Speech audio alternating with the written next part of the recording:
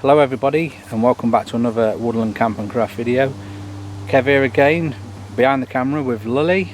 Today she's going to be the student. We're going to do a knife safety video. This is going to be episode 2 of Bushcraft with children. She's going to be like she's never had any instruction of any instructors, but she's had already, you know, instruction from great instructors.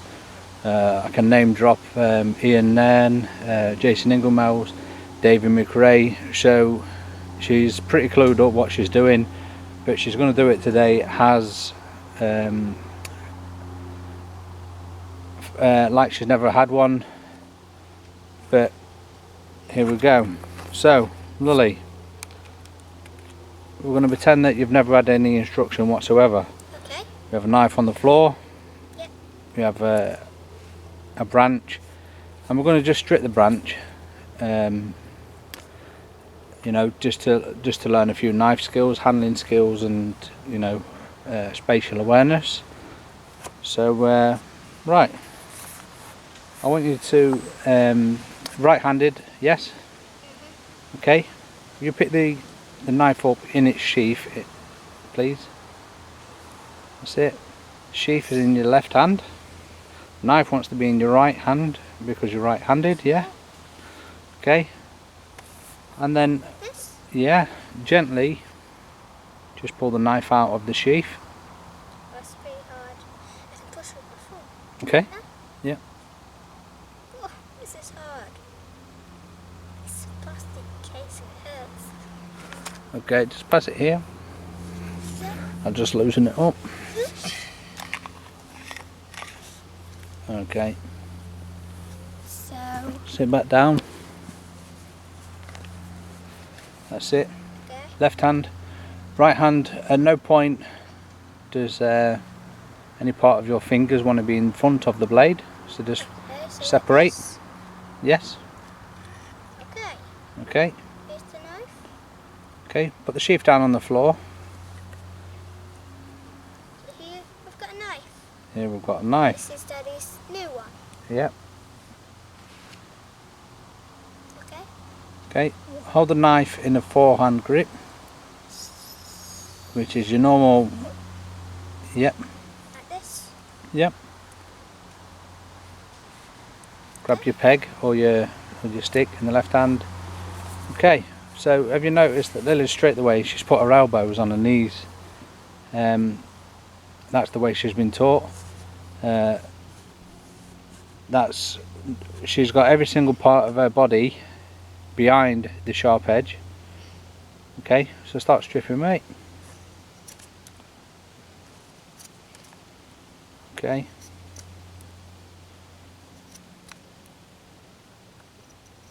She'll start stripping the bark. She's got her elbows on her knees or as close to it as you can when you're her sort of size. Yeah. She's taking small shavings. She's not trying to take, you know, half the wood off at a time.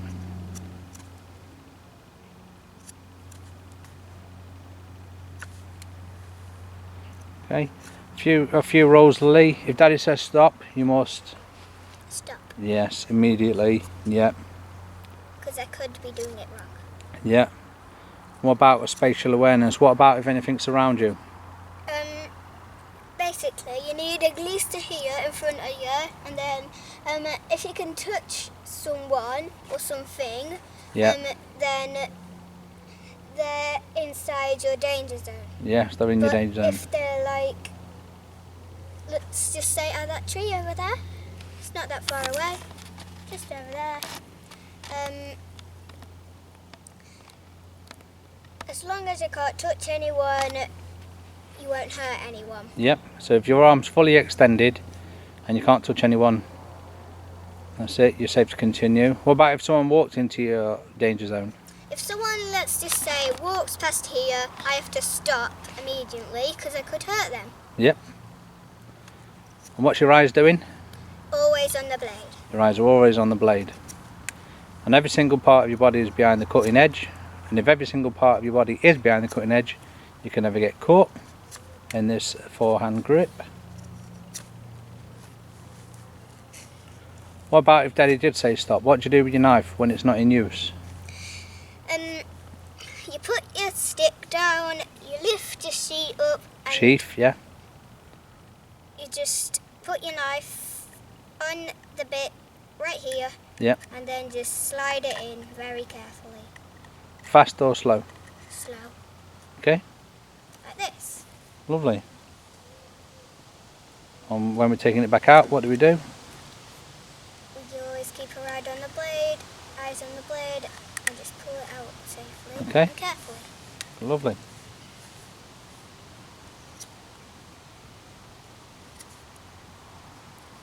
Yep, nice thin cuts, mate. Then you'll be alright.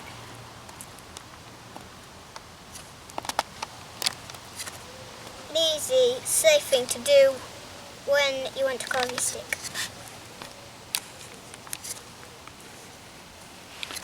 Okay, so what? You've got a sharp knife there. Is it safer to use a sharp knife or a really dull knife? A sharp one? Okay. And why do you think that is? Because, I don't know, but I'm just trying to guess. And that's my suggestion. You don't know why it's better to use a sharp knife? No. Because if you use, on these small thin cuts that you're supposed to cut, yeah, nice small thin cuts, right, a sharp knife will do them cuts really easily, okay, but a dull knife or a blunt knife won't, and you're more likely to slip and have an accident with a dull knife than you are with a sharp knife.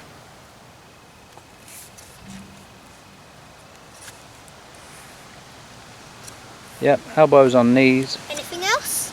Elbows on knees, eyes on the blade. Your legs are apart. You have them.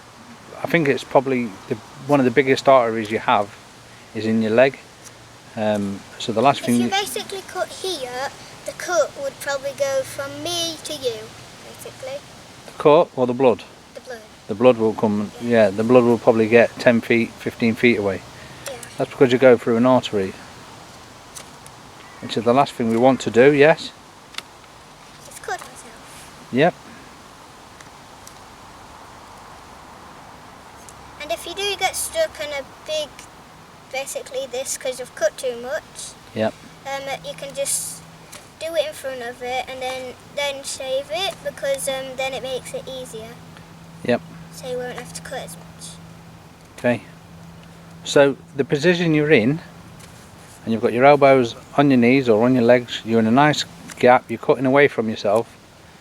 Do you think there's anything wrong with that position? Yeah. Yeah? And what do you think it is? Maybe my fingers are too close to the blade. It's got nothing to do with your finger, darling. You've got a good grip, your hands are away, there's no part of you in front of the blade. The problem with that sort of stance and that position you're in is that often your back hurts. Yeah. Yeah? Because you're leaning forward, you're leaning right over the blade. So there is a couple of things that we can do to you know, help that out. And one of them would be to sit sideways on. So, by that, Yeah. do you mean like this? Yep. Sit sideways on. That's it. You can take your knife. Yep. Back out of your sheath. Yep. Pull your leg in a little bit. Pull that other leg in. There we go. Okay. So now your back's straighter. And it will take a bit longer for fatigue of your back to set in. Yeah. Okay. So now you can cut away again, and same thing. You've got every single part of your body behind the blade. That's it.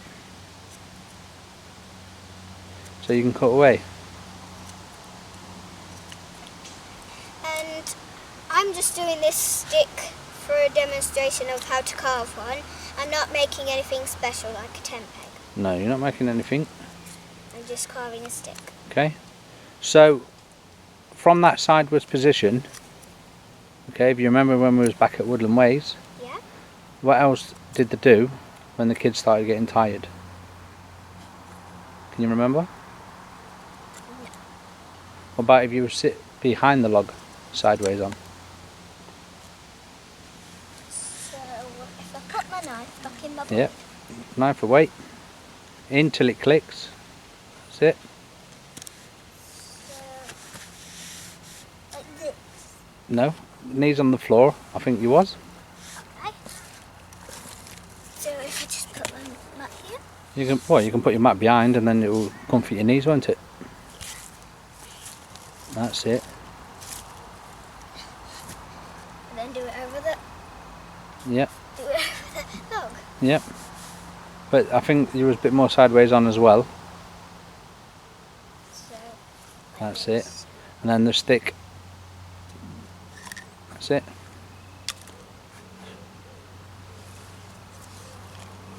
Yep. You put your stick, rest your stick on the log. That's it.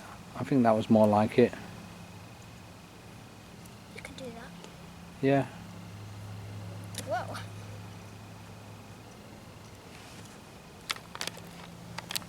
It does comfort your back as well. Is it a bit more comfy, is it? Yeah.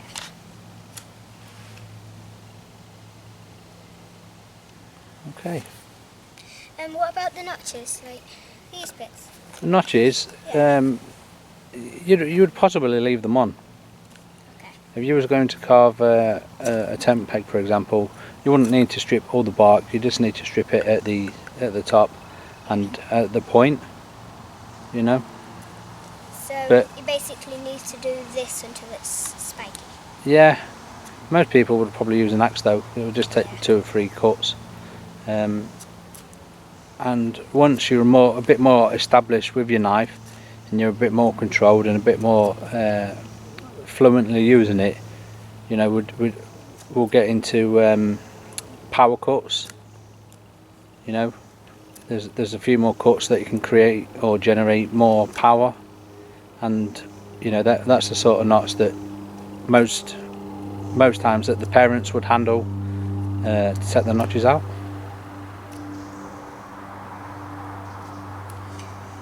But it is really easy to use a knife.